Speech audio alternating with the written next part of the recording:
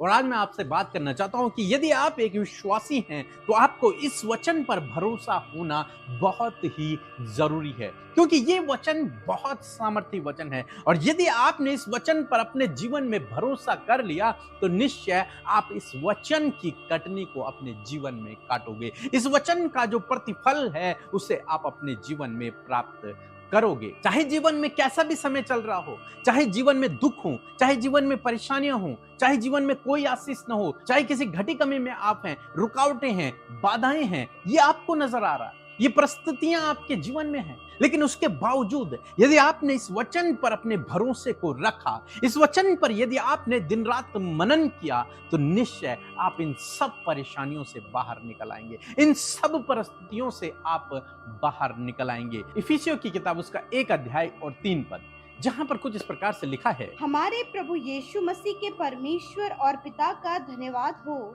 कि उसने हमें मसीह में स्वर्गीय स्थानों में सब प्रकार की आत्मिक आशीषें दी हैं।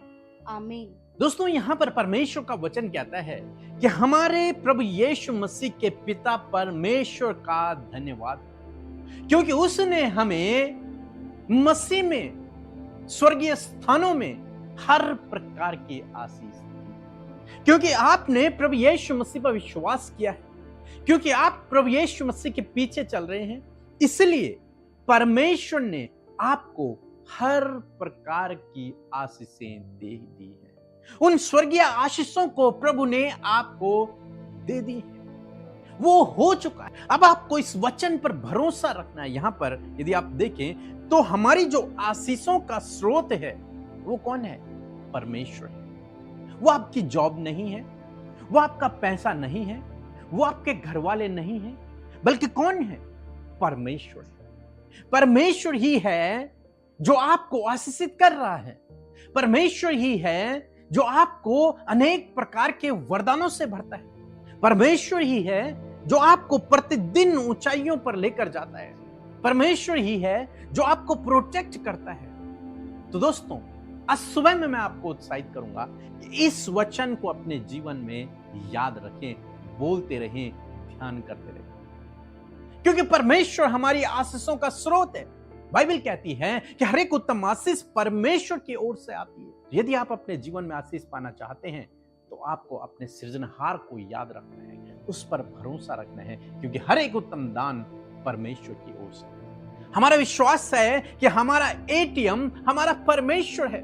हम इसलिए किसी से नहीं मांगते, हमें जब चाहे हम परमेश्वर के पास जाते हैं और वहां से हमें सब कुछ मिलता है।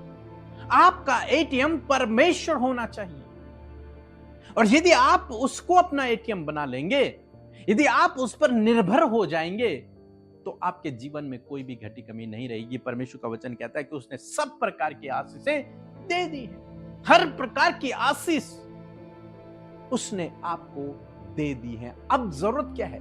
जरूरत है कि आपको इस वचन पर भरोसा करने की। आपको इस वचन पर भरोसा करना है। यही आज की डेट में मसीह लोगों के अंदर कमी है कि वे सब कुछ तो करते हैं लेकिन परमेश्वर के वचन पर भरोसा नहीं कर पाते। और यही सबसे मेन है, यही सबसे ज्यादा जरूरी है कि आपको उसके वचन पर भरोसा करना है कि जो लिखा हुआ है, जो उसके मुंह से निकला है, वो निश्चय पूरा होगा। और वो कह रहा है कि उसने दे दी है, वो आशीष दे चुका है, देगा नहीं, वो दे चुका है। आप आशीषों की संतान हैं, आपने उस आशीष को पा ली है, अब आपको उसे रिसीव करना है। वो दे चुका है, एक तरीके से वो अपने स्वर्ग से डिस्पैच कर चुका है उस आशीष को। अब आपको उस आशीष को रिसीव करना है, बस आपको उसे रिसीव करना है। और यदि आप उसे रिसीव नहीं करेंगे तो वो आपको नहीं मिलेगी। जो उसे रिसीव करेगा उसे वो मिल जाए। बहुत से भाई बहनों को जब वो लोग हमसे फोटो फ्रेम मंगाते हैं, बाइबल पोस्टर मंगाते हैं, तो हम उन्हें भेजते हैं। लेकिन बहुत सारे भाई बहन हैं जो कहते हैं, जब उनके यहां वो सामान पहुंच जाता है, कहते हैं कि हम घर में नहीं हैं, यहाँ हम कहीं बाहर हैं। तो क्या होता है? वो सामान फिर वापस लौटकर हमारे पास आ जाता है। तो उन लोगों ने उस सामान को जो हमने भेजा था उसे उन्होंने रिसीव नहीं किया, किसी कारणवश वो उसे रिसीव नहीं कर पाए। अगर वो रिसीव करते तो वो वचन उनके पास होता। यदि वो रिसीव करते तो वो सामान जो भेजा गया था वो उनके पास होता, लेकिन वो रिसीव नहीं कर पाए, इसलिए वो बैग हमारे पास आ गया। इसी प्रकार से परमेश्वर ने आशीष दे दी है, उसने आशीष स्वर्ग से भेज ली है। अब आपका काम है उसे रिसीव करना, आपका काम है उसे ग्रहण करना।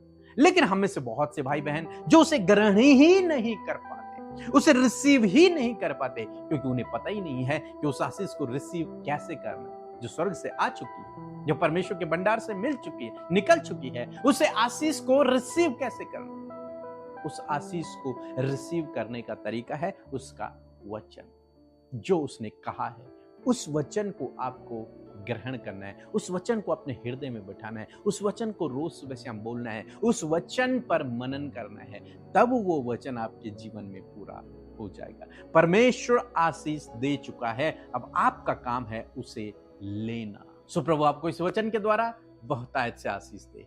आमीन।